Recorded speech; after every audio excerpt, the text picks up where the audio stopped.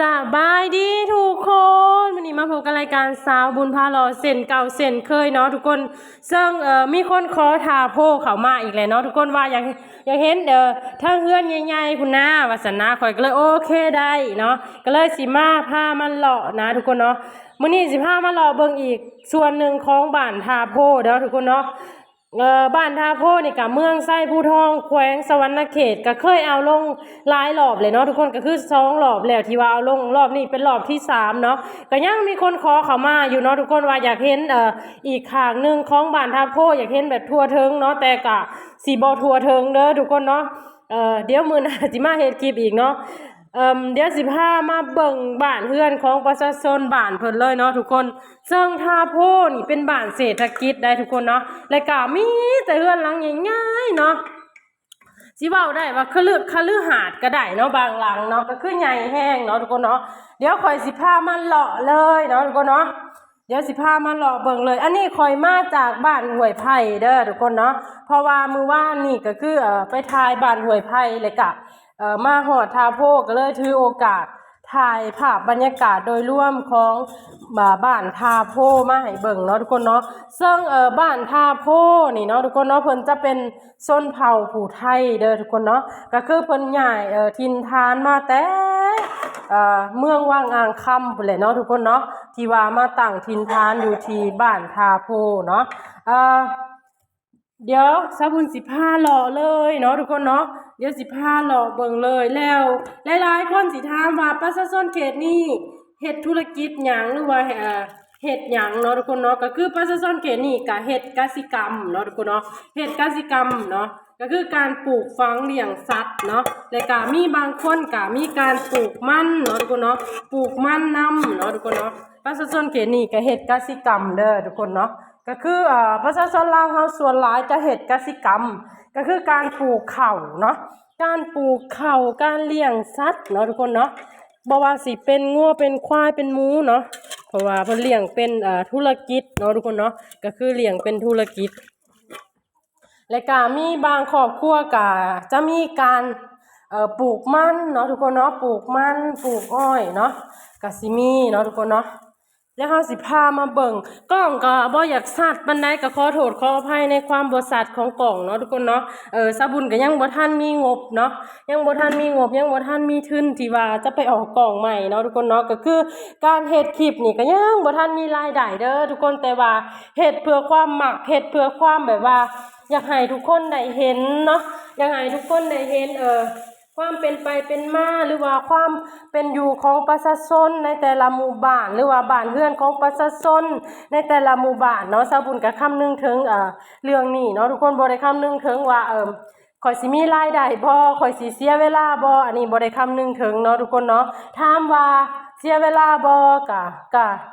ก็มีเสียเวลาอยู่ทุกคนเพราะว่าเฮาเวลาที่เฮาไปถ่ายไปหยังเฮาก็เคิกเวียกเฮาไปเลยเด้แต่ถามว่าเป็นหยังคือเฮ็ดก็เฮ็ดเพื่อหลายๆคนเนาะหลายๆคนก็บ่มีโอกาสได้ไปเลาะบ้านนั้นบ้านนี้เนาะทุกคนเนาะก็สามารถเข้ามาเบิ่งคลิป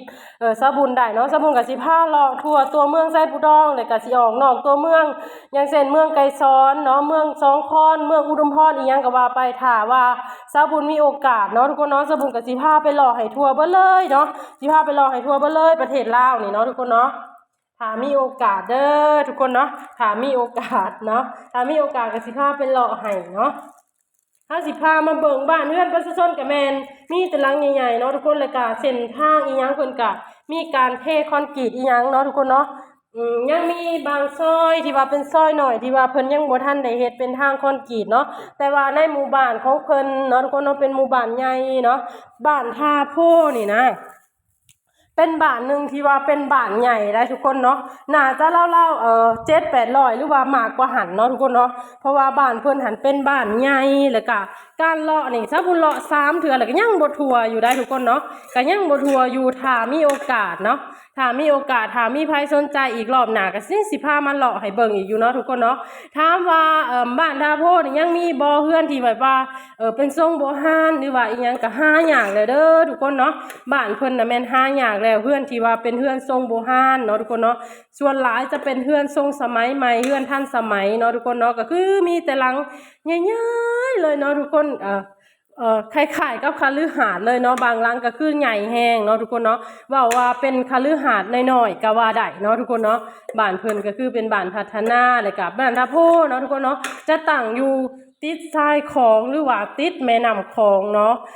ถ้ามีโอกาสมื้อหน้าสบุญจะพาไปถ่ายเบิ่งแม่น้ำคลองเด้อทุกคนเนาะสิหมู่บ้านเพิ่นก็ล่ามไปน้ำแม่น้ำคลองแล้วก็ล่ามไปน้ำทางเนาะทุกคนเนาะเดี๋ยวถ้าสบุญมีโอกาสสบุญจะไปถ่ายโซนแค่แม่น้ำคลองมาให้เบิ่งเนาะทุกคนเนาะถ้ามีใครสนใจเนาะสบุญก็สิไปให้เนาะทุกคนเนาะเฮาสังเกตเห็นบ่ทุกคนมีแต่เฮือนหลังใหญ่ๆได้ตาสะอ้อนเนาะเวลาที่สบุญเห็นเฮือนหลังใหญ่ๆสบุญสะอ้อนได้ทุกคนเนาะสะอ้อนนะสะอ้อนความความห่างความมีของเพิ่นเนาะทุกคนเนาะสะออนเนาะสบุญเห็นแต่สบุญก็สะอ้อนนะเนาะศาสตร์ได้เฮาสิมีคือเพิ่นเด้คือในใจเวลาที่ถ่ายคลิปไปเนาะถ่ายคลิปไปแล้วก็คิดไปได้ทุกคนศาสตร์นี้เฮาสิมีคือเพิ่นอยู่บ่เด้ก็คิดไปเนาะก็คิดไปคนเฮาหั่นนะมันหามความคิดบ่ได้เนาะทุกคนเนาะมันเห็นแล้วมันก็คิดแหละเนาะแต่ว่าก็พยายามถ่ายมาให้ทุกคนเบิ่งคลิปก็อาจสิยาวแหน่จักหน่อยเนาะทุกคนเนาะคลิปก็อาจจะยาวแหน่จักหน่อยแต่ก็ฝากทุกๆคนเบิ่งไปนํกันเลยก็คอมเมนต์ติชมมาได้เด้อทุกคนว่าสบุญเว้าไว้ไปบ่สบุญเว้าช้าไปบ่หรือว่าอยากให้สบุญปรับบอนใดก็สามารถติชมเข้ามาได้เนาะสบุญบ่แม่นคนที่ว่าน้ำเต็มแก้วเนาะทุกคนเนาะสบุญก็เป็นคนที่แบบว่ารับฟังเนาะทุกคนเนาะรับฟังคำคิดเห็นหลายๆคนเนาะก็มีหลายๆคนตีส้มเข้ามาบางคนก็บอกว่าสบุญหันเว้าไว้เนาะสบุญก็พยายามปรับให้อยู่ทุกคนเนาะก็พยายามปรับให้อยู่ก็พยายามสิแบบว่าเว้าค่อยๆเว้าช้าเว้าค่อยไปเนาะทุกคนเนาะเฮาสังเกตเห็นบ่ทุกคนเนาะบ้านเรือนประชาชนมีแต่หลังใหญ่ๆได้และก็เส้นทางหลวงเส้นทางลักเส้นทางใหญ่เพิ่นน่ะเป็นทางดำเด้อทุกคนเนาะเป็นทางดำพาบ้านการเดินทางก็สะดวกสบายเนาะทุกคนเนาะนี่ทุกคนถ้าจะสังเกตเห็นว่าเนาะบ้านเรือนประชาชนนี่เนาะมีแต่หลังใหญ่ๆเลยออกมาโซนทางนี้จะมีแต่หลังใหญ่ๆเนาะทุกคนเนาะก็เป็นคฤหาสน์ย่อมๆพุ่นเลยเนาะเว้าง่ายๆก็คือคล้ายๆกับคฤหาสน์น้อยพุ่นเลยเนาะทุกคนเนาะและบ่ต้องถามสบุญเด้อว่าเพิ่นเฮ็ดธุรกิจหยังสบุญก็บ่ฮู้คือกันเนาะทุกคนเนาะ นี่ทุกคนเฮาก็สิพามาเบิ่งภาพบรรยากาศโดยรวมเนาะภาพบรรยากาศโดยรวมของหมู่บ้านหรือว่าของบ้านทาโพเนาะทุกคนเนาะบ้านทาโพนี่จะติดกับบ้านสมสะอาดเนาะทุกคนเนาะก็คือบ้านสาบุญเองและฝากข้างนั้นก็จะติดกับบ้านห้วยไผ่เนาะทุกคนเนาะและก็ฝากข้างนี้เนาะทุกคนฝากข้างนี้จะติดกับบ้านหัวหาดเนาะซึ่งบ้านเพิ่นหันเป็นบ้านภูไทยที่ว่าอ้อมรอบด้วยบ้านส้นเผาลาวเนาะทุกคนเนาะก็คือในเขตนี้ก็คือมีแต่บ้านทาโพที่เว้าผู้ไทยเนาะทุกคนเนาะอย่างเช่นบ้านสะบุญนี่ก็เว้าผู้ลาวเนาะเว้าลาวเนาะทุกคนเนาะแล้วก็อย่างเช่นบ้านหัวหาดก็จะเว้าลาวแต่ว่าสำเนียงเนาะทุกคนเนาะแต่ละบ้านก็จะบ่คือกันเนาะสำเนียงบางบ้านมันก็จะแบบนึงบางบ้านก็จะแบบนึงเนาะอย่างเช่นบ้านสะบุญก็จะเว้าอีกแบบนึงอย่างเช่นบ้านหัวหาดก็จะเว้าอีกแบบนึงเนาะทุกคนเนาะสำเนียงการเว้าก็ขึ้นอยู่กับหมู่บ้านเนาะทุกคนเนาะแต่รวมๆก็คือคนสวรรณเขตก็จะเว้าคล้ายๆกันอยู่เนาะทุกคนเนาะแล้วก็จะผ่านครัวเด้อทุกคนเนาะจะมีครัวอันนี้จะข้ามเข้ามาแล้วจะเป็นหมู่บ้านใหญ่เนาะทุกคนเนาะบ้านนี้จะเป็นหมู่บ้านใหญ่เนาะบ้านที่ว่าเฮาไปถ่ายมาเป็นบ้านเพิ่นล่ามออกจากหมู่บ้านใหญ่เนาะทุกคนอันนี้จะเป็นหมู่บ้านใหญ่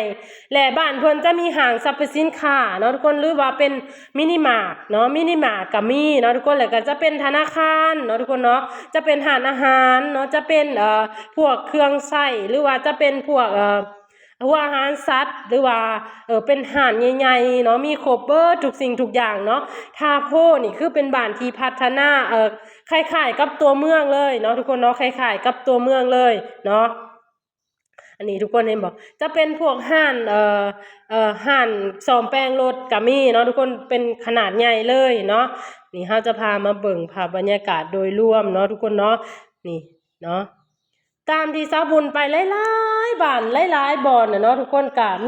มีบ้านทาโพนี่แหละเนาะที่ว่าสาวบุญเห็นที่ว่าเป็นแบบบ้านพัฒนาหอบด่านอีหลีอะล้อเนาะทุกคนเนาะแล้วก็เฮือนนี่คือหายากแล้วที่ว่ายังจะมีทรงโบราณเนาะทุกคนเนาะก็คือบ้านเรือนประชาชนก็มีแต่หลังใหญ่ๆแล้วก็เป็นแบบทรงสมัยใหม่ไปเลยเนาะทุกคนเนาะถามว่ายังมีบ่ทรงสมัยโบราณก็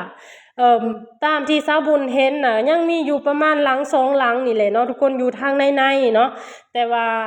เพิ่นก็ยังรักษาไว้อยู่ทุกคนก็ยังมีประมาณหลังสองหลังเนาะที่ว่าเพิ่นยังรักษาไว้ถามว่าเวลาเฮาไปนี่จะได้แต่งตัวมีสิทธิ์ได้ทุกคนเพราะว่ามันมีขี้ฝุ่นเนาะเชื่อบ่ทุกคนว่าสาวบุญเจ็บตาย้อนการไปเลาะนี่แหละเนาะทุกคนก็คือยังเจ็บตาอยู่เนาะไปหาหมอเพิ่นว่าขี้ฝุ่นเนาะทุกคนเนาะก็คือแบบเฮาไปแล้วมันขี้ฝุ่นหลายบางครั้งสาวบุญก็มักง่ายก็บ่ได้ใส่แว่นตาเนาะทุกคนเนาะก็คือใส่แต่หมวกแล้วก็ไปเลยแล้วมันขี้ฝุ่นหลายเนาะถามว่ายังจะเฮ็ดต่อไปก็เฮ็ดต่อไปเพื่อทุกคนเนาะเฮ็ดต่อไปเพื่อทุกคนมาทางนี้จะเป็นห้างขายพวกอุปกรณ์หรือว่าพวกอาหารสัตว์เด้อทุกคนเนาะพวกปุ๋ยพวกอันนี้ก็คือมีครบเลยหารเพิ่นเนาะ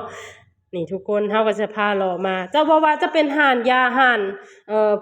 ห่านยาเนาะทุกคนนะขายยาอย่างเงี้ยก็มีครบจบอยู่นี่เลยเนาะอันนี้จะเป็นทางหลวงเด้อทุกคนอันนี้จะเป็นทางหลวงจะเป็นทางดำพาบาทเลยเนาะทุกคนเนาะหลังจากนั้น55โง่ลงมาซอยทางนี้เนาะทุกคนเนาะสังเกตเห็นว่าบ้านเพิ่นให้แม่นเทคอนกรีตเรียบร้อยเบิดทุกซอยแล้วเนาะเรียบร้อยเบิดทุกซอยแล้วเนาะทุกคนเนาะ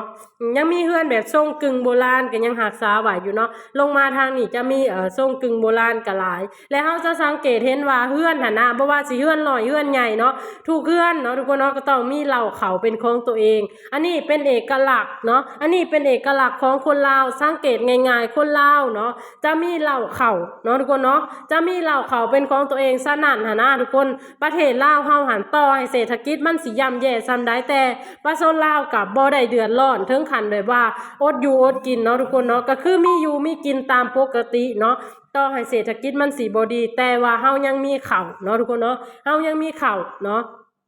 ถามว่าการมีข้าวนี่ดีได้ทุกคนเนาะต่อให้เฮาบ่มีเงินเนาะแต่ว่าเฮามีข้าวนี่เฮาก็บ่อดตายได้เนาะเพราะว่าเฮาสามารถหาอยู่หากินแบบธรรมชาติได้ก็คือหาเก็บเห็ดเก็บผักหาปูหาปลาน้ำแม่น้ำได้ถ้าเฮามีข้าวเนาะทุกคนเนาะแต่ถ้าเฮาขาดข้าวนี่นะคือเฮาจะเดือดร้อนทันทีเลยเนาะนี่เฮาจะเลาะมาโซนทางนี้ข่อยเคยถ่ายให้ทุกคนเบิ่งแล้วเด้อทุกคนเนาะเคยถ่ายลงเมื่อก่อนเนาะเส้นทางทางนี้ข่อยถ่ายลงแล้วเมื่อก่อนเนาะทุกคนเนาะแต่ว่ายังหลายบอนอยู่ที่ว่าสะบุญยังบ่มีโอกาสได้ไปถ่ายให้เบิ่งเนาะทุกคนเนาะเอาเป็นว่าถ้ามีโอกาสมื้อหน้าสะบุญจะมาถ่ายให้เบิ่งแบบคักๆเลยเนาะทุกคนเนาะสุดท้ายนี่ก็ขอบใจหลายๆคนที่เบิ่งคลิปเด้อทุกคนขอบใจหลายๆ